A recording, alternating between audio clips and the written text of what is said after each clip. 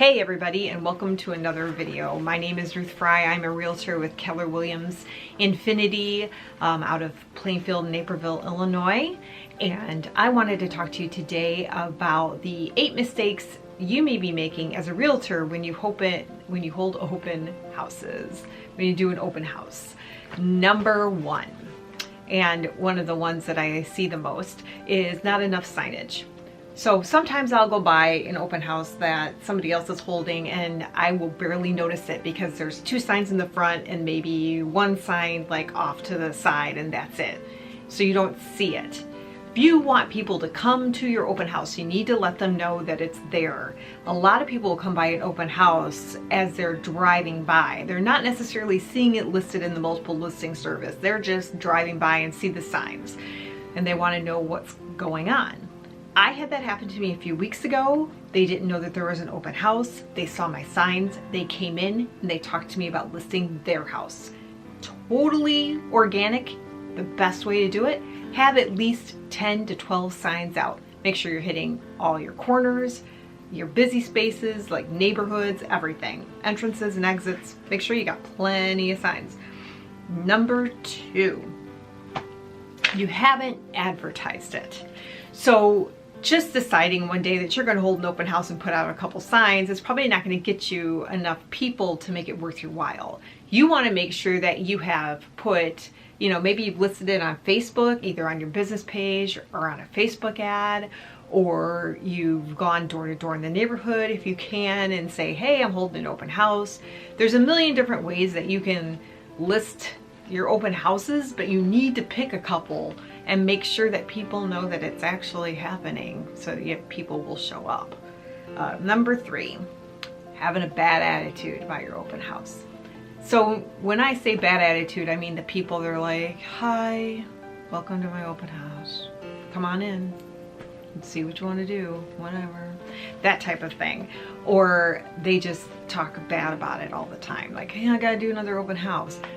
I will be honest with you, there are times that I have done that myself where I'm just like, yeah, I'm so busy and I have to be gone from 12:30 to 3:30 and I don't know what's gonna happen. You gotta stop that. That's a mistake because it's setting your mind up for failure. So don't do that. So positive attitude only about your open house. Number 4, you picked the wrong house to hold open.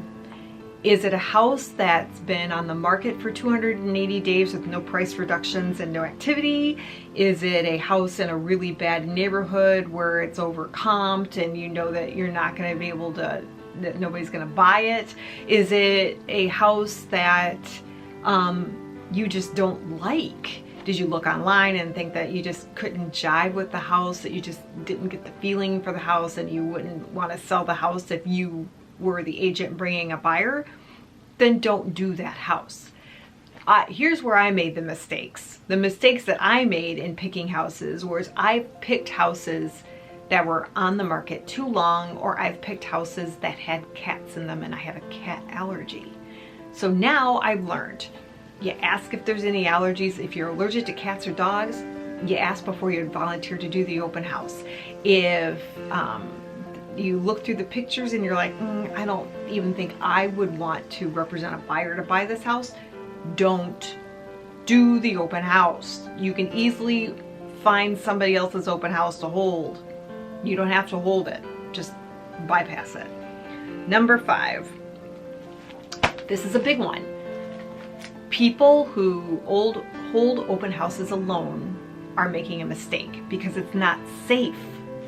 You should not be doing an open house by yourself. I don't care if you are 6'4" and 320 pounds of pure muscle and you look like The Rock. You should not be doing your open houses on your own. It's a safety thing. I have felt uncomfortable at times doing open houses, and thank God I have people with me, because sometimes there are people that will come in at the last 10 minutes of an open house and you don't know why they're doing that. It could be a little, what are they doing here? You just don't know. So don't do that. Hold open houses with people. There's got to be like a brand new agent or your family or your friends or somebody that wants to come and sit and read a book for 2 hours with you. Somebody else needs to be in the house with you. Do not follow people. Don't lead people down the stairs. Don't go into the basements. Don't go upstairs with them. Don't follow them in rooms. Don't do it. Just you, kitchen, living room, entryway, you stay there. That's where your place is for 2 hours. Number 6, there's no hook for people to show up. And what do I mean by hook? Like a giveaway or some advantage for them to come. So like maybe like Corona started, so I decided to do hand sanitizer. So they come and they can pick up a free hand sanitizer once they sign in.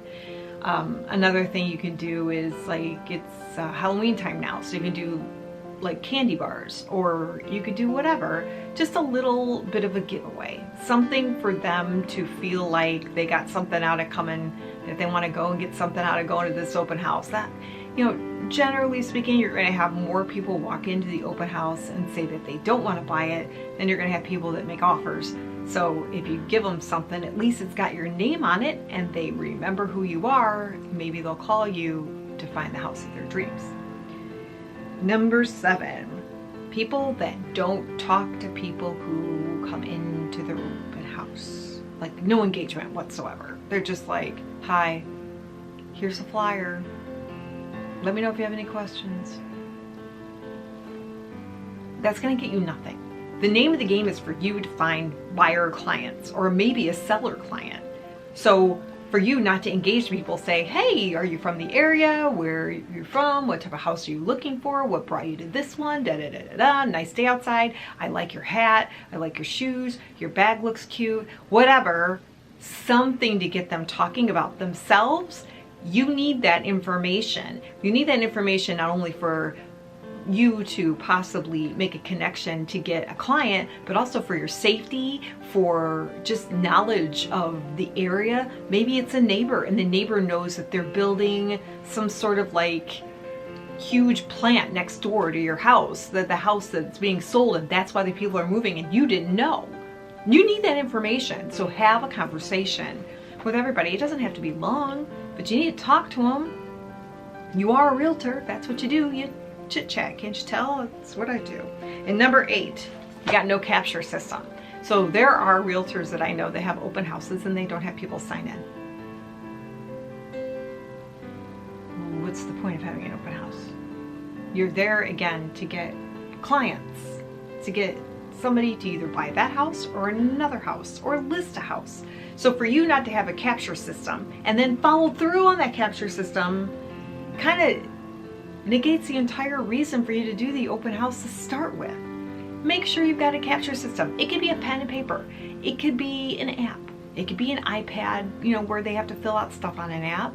It can be anything, but you need to have somebody, you need to have them sign in. Again, that's also for your safety. So make sure people sign in, okay? These are my top 8 things that I've noticed that agents are doing wrong when holding their open houses. What have you seen as agents when you see people holding open houses? Or what have you as a client noticed when you go to open houses that you think agents are doing wrong? I'd love to hear it below in the comments. If you have any other suggestions or questions about any type of real estate questions, please feel free to leave a comment below or reach out to me. And we will talk to you later on the next video.